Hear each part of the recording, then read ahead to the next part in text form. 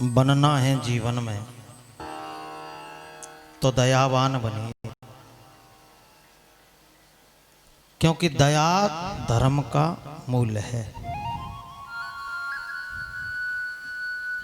जिसने जीवन में दया करना सीख लिया किसी पर भी, वो सच्चा इंसान बन गया।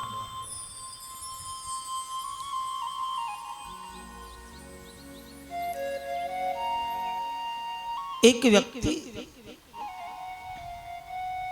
साइकिल लेके जा रहा था। कई दिनों से उसके घर में भोजन नहीं बना।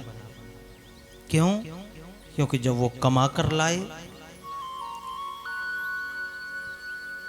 तो जो उसे पैसा मिलता मेहनत का, उसी से वो राशन खरीद कर लाता घर में, तब घर में भोजन पकता। अब कई दिनों से भोजन नहीं बना घर में। क्यों?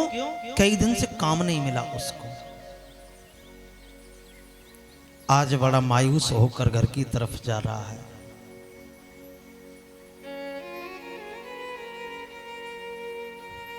घर में छोटे छोटे बच्चे हैं, भोजन बना नहीं है।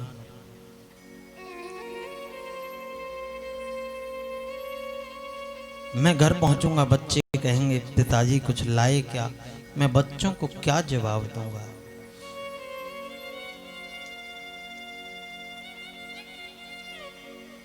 और उस गरीब आदमी ने आम का पेड़ देखा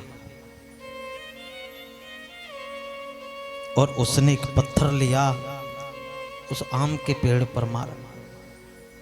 अब संयोग देखिए,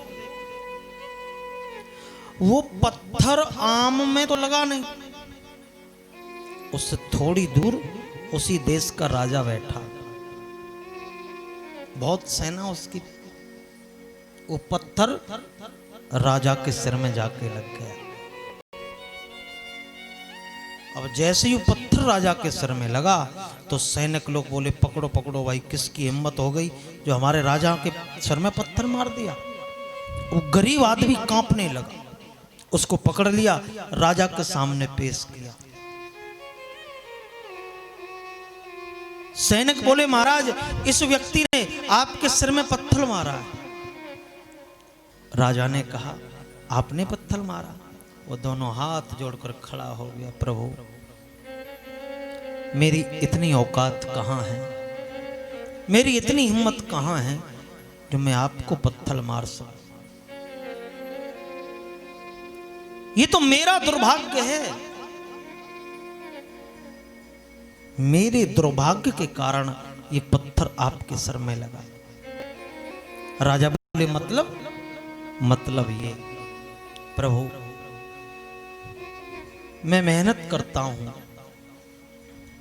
काम करता हूं, उससे जो मुझे मेहनताना मिलता है उससे मैं राशन ले जाता हूं तो घर में भोजन बनता है। कई दिन से काम नहीं मिला तो मेहनताना नहीं मिला तो घर में भोजन नहीं बना। ये आम का पेड़ है, इस पे आम लगे, मैंने सोचा घर जा रहा हूं, बच्चों को भोजन तो नहीं करा सकता, कम से कम इस आम से 2-4 आम तोड़ कर ले जाऊं, बच्चे खा लेंगे, सो जाएंगे खा। पर मेरा दुर्भाग्य है ये पत्थर आम के उसमें तो लगा नहीं, आपके सर में लग गया। राजा की बुद्धि बदल गई। देखो, चिंता मत करो। राजा विचार करने लगा कि ये व्यक्ति आम के पेड़ में पत्थर मारता है,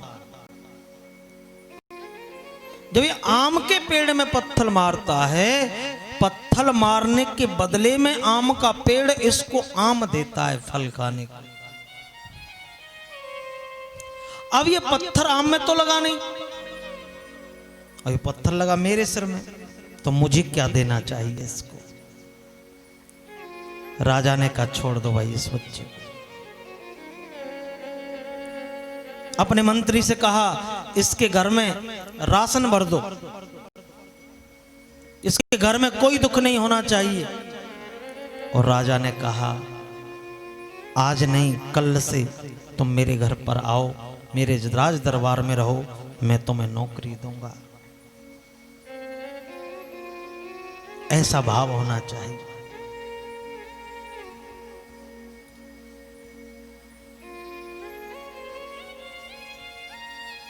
ये भाव हमारे जीवन में होना चाहिए।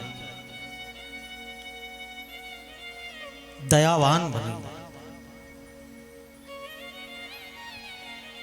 जैसे संत दया करते हैं। बहुत से लोग बड़े तो हो जाते हैं परंतु हृदय में दया नहीं होती। में दो पेड़ होते हैं ना, एक खजूर का पेड़ होता है, एक आम का होता है, हैं? खजूर का पेड़ बड़ा तो होता है परंतु वो किसी को छाया नहीं दे सकता, किसी को फल नहीं दे सकता। और आम का पेड़ छाया भी देता है और फल भी देता है। कि बड़े हुए तो क्या हुए, जैसे पेड़ खजूर, कि पंछी को छाया नहीं, फल लागे अति दूर। खजूर के जैसे बड़े मत बनिए, बनना है आम के जैसे बनिए। क्योंकि देखिए, जब आंधी तूफान आता है तब भी वो खजूर झुकता नहीं है, नहीं झुकता है तो बीच में से टूट के गिर जाता है। बनना है आम के पेड़ के जैसे बनिए महाराज, उस पर फल भी आ जाते हैं और आंधी तूफान भी आ जाता है तो झुक जाता है। जो झुकता है वो कभी टूटता नहीं है। झुकना सीख लीजिए, दया करना सीख लीजिए, आनंद हो जाएगा जीवन में, जीवन धन्य हो जाएगा। बस इतना ही कहना है आप सभी से। राधे राधे।